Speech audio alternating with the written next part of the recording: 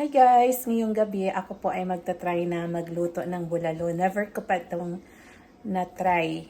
So first time ko itong gawin. Kaya gusto ko lang i-share yung aking mga experience sa pagluluto. So kaninang umaga, pumunta ako ng Walmart at namalengke. May nakita akong beef bone in chunk. In chunk? Chunk yata? Oo, shank. Nako talaga naman. Itong akala mo expert magluto, I'm a learner sa pagluluto.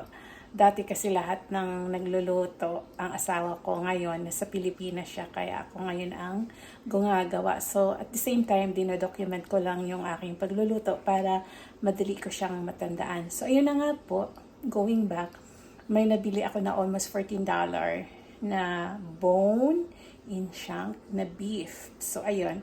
Tapos, ang guide ko nga pala sa pagluluto na to, tumingin lang ko sa panglasang Pinoy. So, ito na po ang aking proseso sa pagluluto. Tara!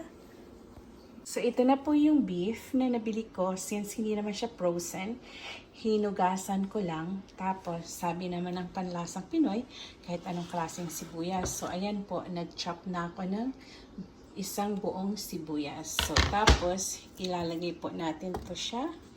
Isa-isa. Or, pwede ko na rin iganyan. Ganyan ko na siya. Tapos, susunod, lalagyan ko po siya ng tubig. So, ayan na po ang nilagay ko. Ginawa ko muna siyang 8 cups muna ang ilalagay ko. Tapos, ngayon, tayo na po ay magbubukas na. Ayan. So, hayaan lang natin siyang maluto kasi it will take 2 hours ang pagluluto na to. So, ayan po muna ang unang preparation. Habang naghihintay niyan, i-prepare ko naman yung mga ingredients na ilalagay ko later para ready na po. So, ayan na.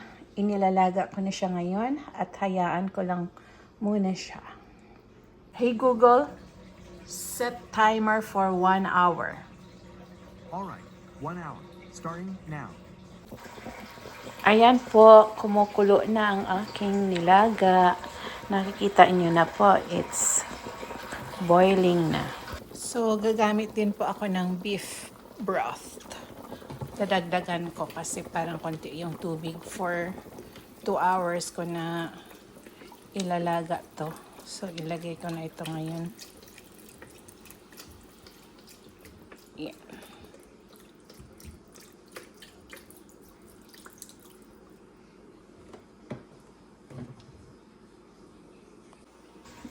So, nilagay ko muna yung cover para mabilis magkulo.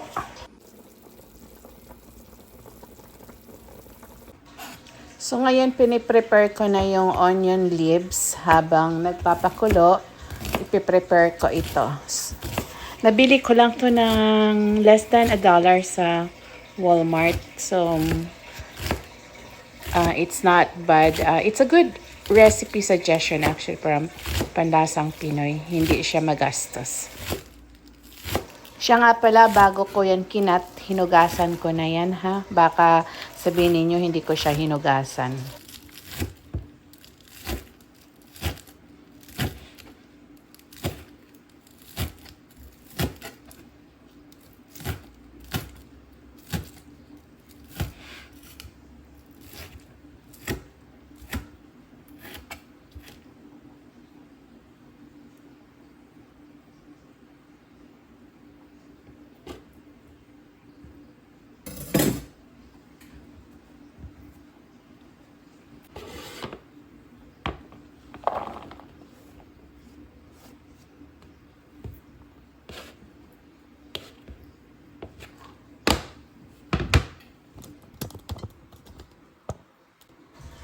So, yan na yung handful na onion leaves na aking prepare. Tapos, prepare ko na rin yung repolyo na aking ilalagay.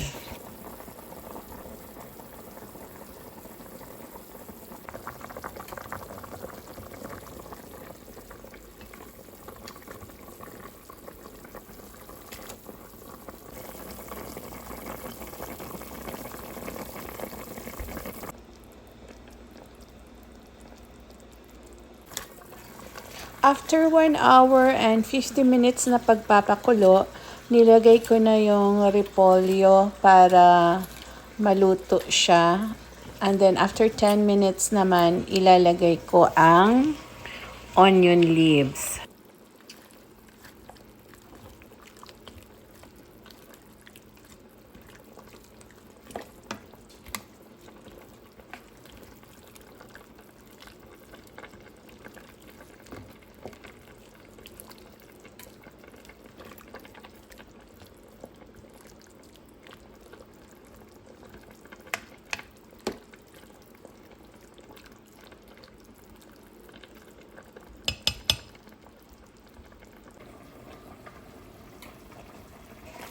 So, ayan po, ilalagay ko na yung onion leaves.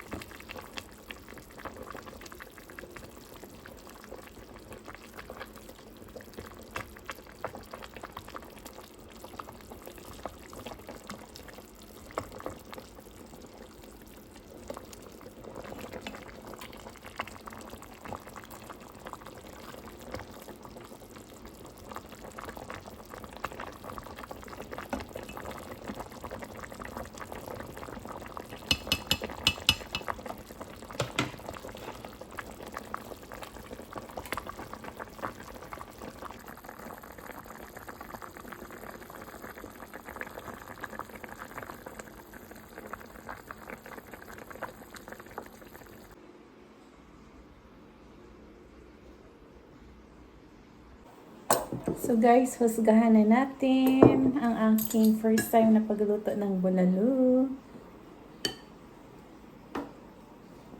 Masarap. Wow. Pwede ko na itong iluto kay Miles. Ayan, kain po tayo. Ayun po, so naging success naman ang pag-try ko ng luto ng bulalo. I'm grateful at nakapag-try po ako. So, I'm learning so much stuff. I'm grateful for this new learning. Thank you for watching and see you on my next video.